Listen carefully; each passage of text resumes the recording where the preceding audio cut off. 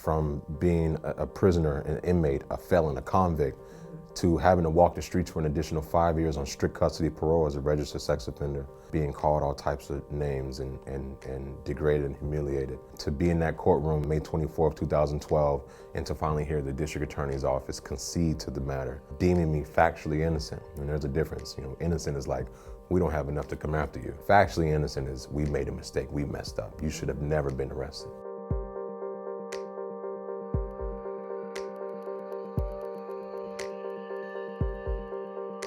2002, I was 16 years old.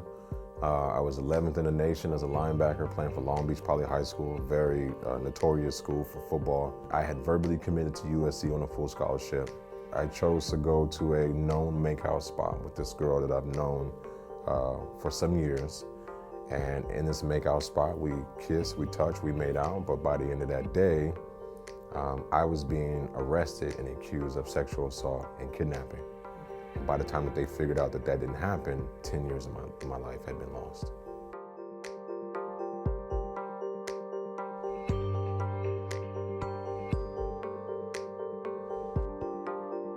I am innocent, and the truth matters.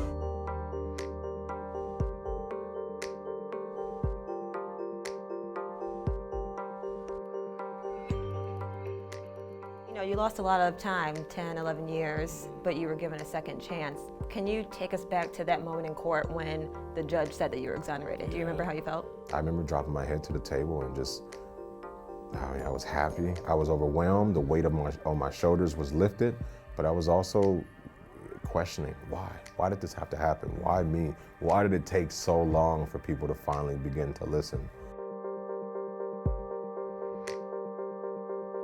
You know, there's a lot of sexual assault against women. It's becoming a huge problem in our country. So how can people and the public learn from your story without placing judgment for the women that are coming out, that are brave enough to speak on being survivors? Yeah, well, the truth is sexual assault occurs more than someone is being wrongfully convicted of it.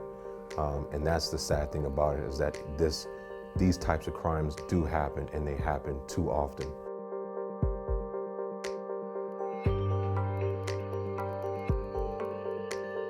But I also want to stress the importance of our detectives, of our police department, that we have to put the weight on their shoulders to do everything possible to do their job in discovering and finding out what actually happened in these situations, so that the right thing is done, the right justice is served, the right person is put behind bars.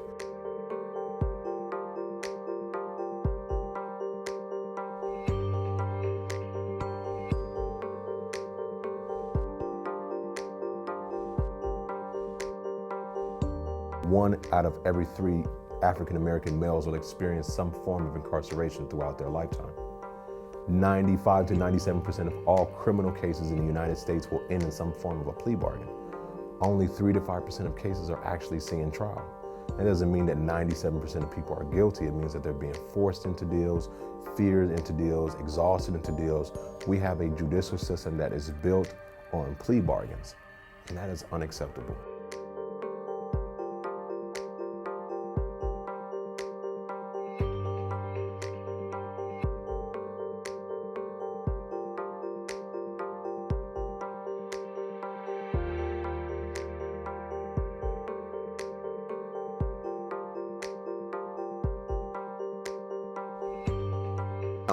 Now that I'm free, I sit on the advisory board of the California Innocence Project, as well as the advisory board of the National Registry of Exoneration. There are people in there right now, still in there for something that they didn't do. There are people that have been in there for 20, 30 years for things that they didn't do. There is somebody who has been in there on death row for things that they hadn't done. There have been people that have been put to death for crimes that they later found out they didn't commit.